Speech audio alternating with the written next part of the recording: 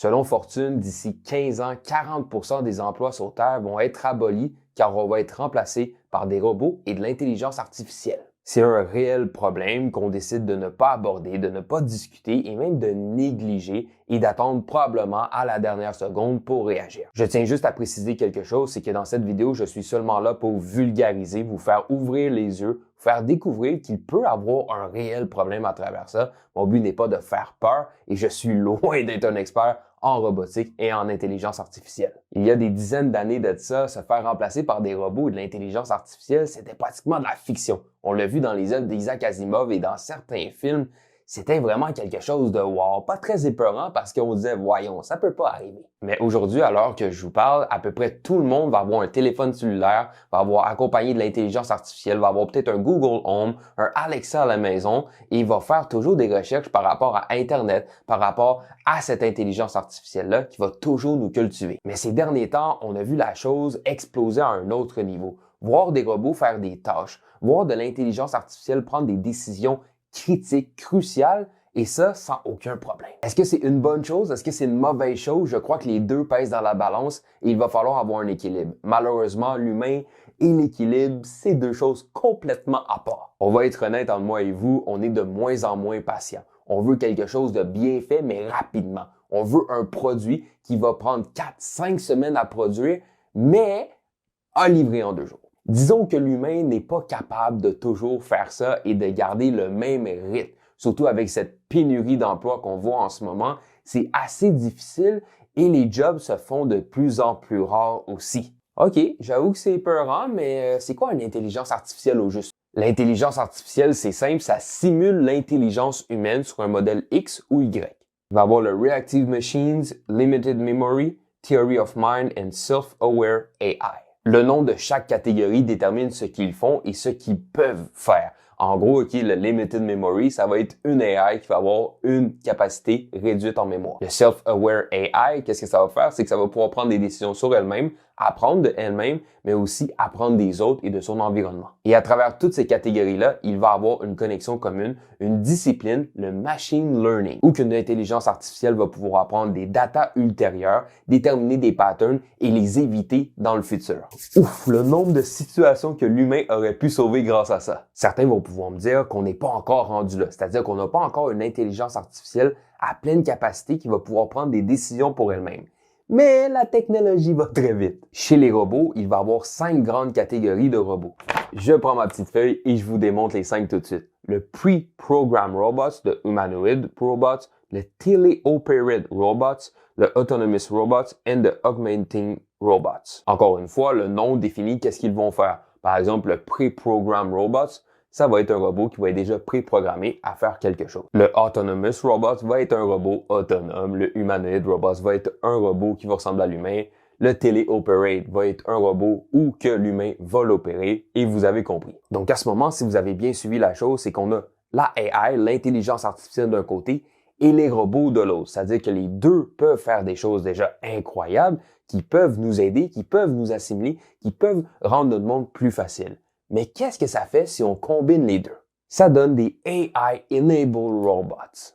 Et qu'est-ce que ça fait les AI-enabled robots? En gros, ça agit par eux-mêmes, ça calcule leurs réactions et ça peut apprendre de toute la data qu'on va leur donner et qu'on va continuer de leur fournir. Et si on se donne un contexte dans qu'est-ce que ça peut faire ça peut faire de l'assemblage, ça peut faire des tâches répétitives, ça peut faire du service client, ça peut faire l'entrée de données et ce genre de choses-là. En fouillant sur Internet, j'ai noté les travails où qu'on pourrait voir des robots dans le futur, c'est-à-dire prendre notre place. Ça se peut que ça n'arrive pas, mais c'était ceux qui revenaient le plus souvent et je voulais faire ça simple, pas énumérer une énorme liste pour rien, mais les plus intéressants et ceux qui revenaient le plus souvent, bien sûr. Aussi, je tiens à préciser quelque chose, dans cette liste, ça se peut que ça soit auxiliaire, c'est-à-dire de l'aide, une assistance, et pas quelque chose qui va remplacer de A à Z le travail en question. On commence tout de suite avec le service client, avec les chatbots, on l'a déjà tous expérimenté, le bookkeeping, l'entrée de data, réceptionniste, correcteur, antidote, toi-même tu connais, manufacturier et pharmaceutique work. Qu'est-ce que ça veut dire? C'est souvent qu'il peut y avoir des erreurs,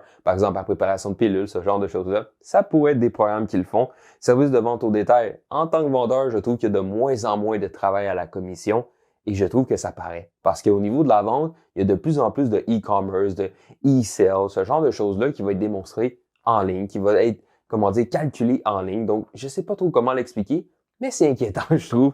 Aussi, il va y avoir les services de livraison, les docteurs avec les robots chirurgiens, les soldats, ok, on l'a vu, ok, le UK Military, qu'est-ce que j'ai marqué ici, était que à peu près un quart de l'armée britannique d'ici 2030 allait être des robots ou de l'intelligence artificielle. C'est quand même énorme. Et pour finir, ceux que j'ai trouvé assez intéressants et disons particuliers, taxi et bus driver.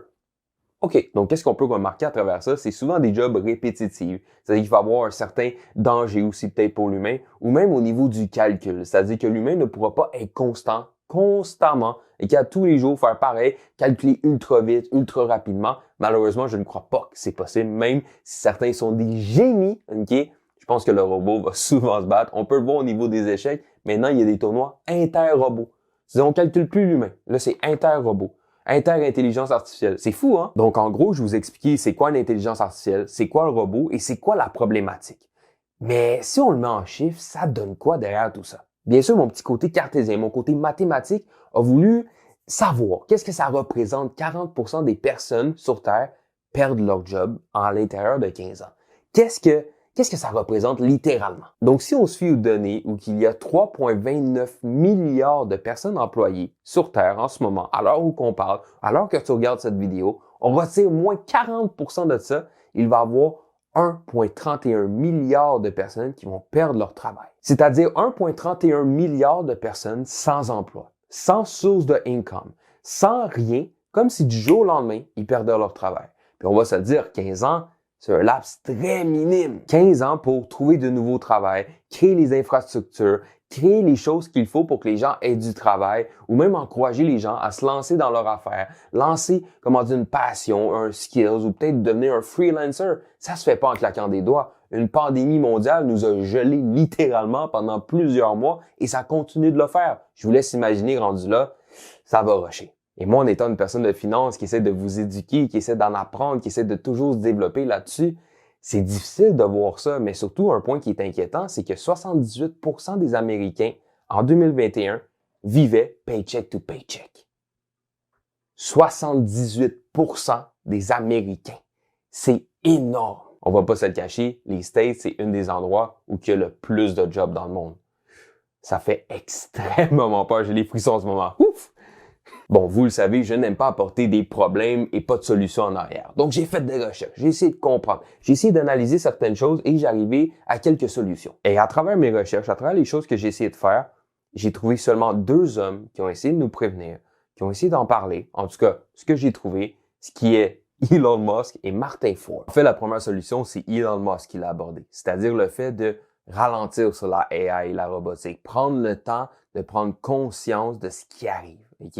Littéralement, parce que c'est important. C'est pas quelque chose en claquant des doigts, parce que ça peut être dangereux selon lui.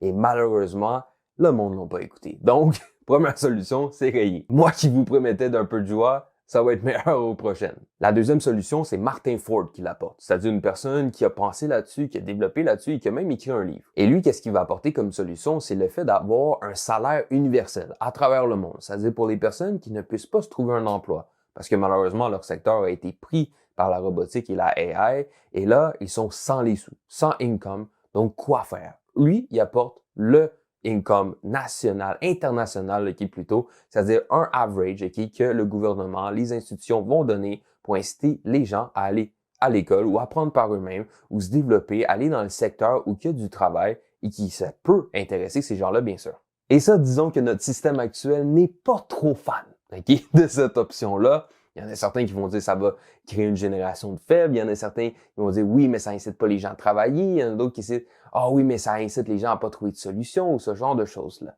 Mais lui, qu'est-ce qu'il aborde ici, c'est qu'est-ce qu'il appelle le Peltzman Effect. Peltzman Effect, pour que vous le compreniez bien, je vais vous donner un exemple. OK? Dans les voitures, il y a un certain temps, il n'y avait pas de ceinture. OK? Il n'y avait pas de ceinture, donc on a décidé d'inclure ça pour prévenir la sécurité. On s'est dit, si on met un outil pour prévenir ça, il va y avoir moins d'accidents. Ça a été le contraire. C'est les gens se sentant en sécurité. Et là, qu'est-ce que ça le fait? C'est que, comment dire, ça a incité les gens à prendre du risque. Ça a incité les gens à faire les foufous sur la route parce que, hey, j'ai une ceinture, tout va bien, c'est correct.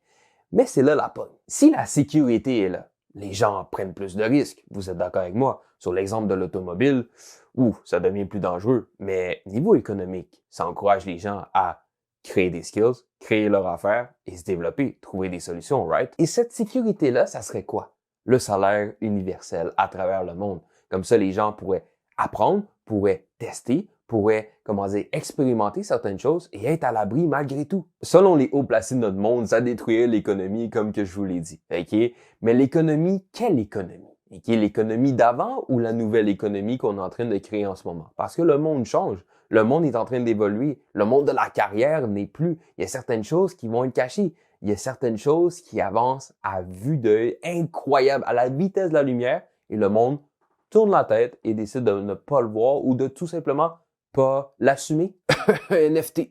NFT. Désolé, je me suis étouffé un petit peu. Donc, selon Martin Ford, ça serait une bonne chose. Comme ça inciterait les gens à aventurer, expérimenter, surtout apprendre de nouvelles choses parce que malheureusement, aujourd'hui, si t'as pas l'école, voyons, tu peux pas apprendre, tu sais. La troisième solution, c'est moi qui l'aborde. J'ai pas trouvé une personne qui en parlait sur Internet, donc je vais prendre le mérite.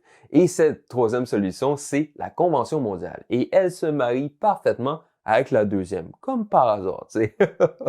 En gros, cette convention serait un genre de convention qui serait très bénéfique pour l'humain et qui dirait que pour X nombre de robots dans ton entreprise, il faudrait un X nombre de humains. Par exemple, pour un robot employé, il faudrait que tu aies 20 employés humains. OK, pourquoi pas. Ou 35% de ton entreprise, c'est le max que tu peux avoir en robot. Pourquoi pas? Donc, ça bénéficierait à l'humain, mais aussi aux emplois. Donc, il n'y aurait pas une surcharge d'emploi, il n'y aurait pas un manque d'emploi. Mais qu'est-ce que ça ferait aussi? C'est que ça limiterait les personnes qui perdraient leur emploi. Donc, les personnes qui vraiment pas de chance ou que leur robot était complètement logique pour remplacer ce travail-là, qu'est-ce que ça ferait? C'est que les personnes pourraient aller sur ce salaire-là annuel, comme universel dans le monde, puis ça les aiderait à se réorienter, à les aider à apprendre, puis ça serait hyper bénéfique. Comme ça, on aurait un parfait équilibre. J'avoue que les chances que ça arrive sont plutôt faibles, mais j'aime bien mon idée, donc je la porte. Et la quatrième solution, c'est rien faire. Espérer, comme qu'on fait avec le réchauffement climatique. On espère que ça va bien. On se croise les doigts. Wouhou! Yes, sir, ça va arriver un jour, hein? Inquiétez-vous pas. Mais bon, c'est pas ma préférée, mais c'est quand même une solution. Vous êtes restés jusqu'à la fin de la vidéo, donc un grand merci. Je vous donne mon avis par rapport à ça. Ouf, c'est un sujet next level, j'ai envie de dire. C'est-à-dire, on a le réchauffement climatique, qu'on commence à accepter, qu'on commence à en parler, que c'est un problème, qu'on fait de la propagande, qu'on explique. Et après ça, il y a robot AI. Un sujet qu'on met très loin. Loin, loin, loin, loin, loin. Et qu'on ne veut pas aborder. Peut-être parce que par ignorance, parce qu'on a peur, ou parce qu'on le sait et on ne veut pas en parler. Qui sait? Mais pour moi, c'est un problème, un énorme problème. Ça peut être une menace, ça peut être du positif. Et bien sûr, une citation que j'adore, c'est Internet, Facebook et tout ce qu'il y a alentour de nous est ce qu'on fait avec. Donc, si c'est négatif, c'est qu'on a voulu du négatif. Si c'est du positif, c'est qu'on a créé du positif. Right? Donc, je pense que c'est comme ça qu'il va falloir aborder les choses. Prendre un slowdown niveau technologique de ce côté-là peut être grandement bénéfique pour adapter, créer, puis voir où ce qu'on peut aller, jusqu'à où que ça peut aller, puis créer des plans d'action, s'il arrive quoi que ce soit. Réguler aussi, ça serait important, hein? Réguler pour pas laisser la chance à tout le monde, de créer des affaires fucked up, c'est-à-dire, disons que mettre ça entre de mauvaises mains, ça peut mal virer. Hein? Donc peut-être une régulation, ça pourrait être, on n'a pas une régulation stricte, hein? Une régulation quand même souple, qu'on laisse les gens innover, mais quand même, ça pourrait être intéressant. Puis je vous avoue que moi, ça me fait un peu peur. Qu'est-ce que je veux dire? C'est qu'on rentre dans un monde très technologique, où on prend notre téléphone partout, les emails, tout ça, il n'y a pas le problème, mais qu'on devient accro. Beaucoup de personnes deviennent accro, et j'ose même pas imaginer quand ça va être l'ère des robots et de l'intelligence artificielle. J'ai toujours eu le fantasme, hein, quand j'étais petit, je suis un tech boy, je suis un geek, hein, comme on m'appelait quand j'étais plus jeune. Et j'ai toujours eu ce fantasme-là de voir un robot, voir un Wall-E, ou voir, des robots alentour de moi me parler, interagir avec moi. Et de plus en plus que le temps avance, de plus en plus que ça me fait peur. Parce que je vois les enjeux qu'il y a derrière. Et sérieusement, j'espère vous avoir fait ouvrir les yeux grâce à cette vidéo. Ça a été un grand travail, donc un grand merci de t'abonner. C'est extrêmement apprécié. N'oublie pas de liker et partager à tes amis. Ça aussi, ça aide énormément la chaîne YouTube. Sur ce, keep it up, bonne lecture, mais surtout, on grind fort. À plus.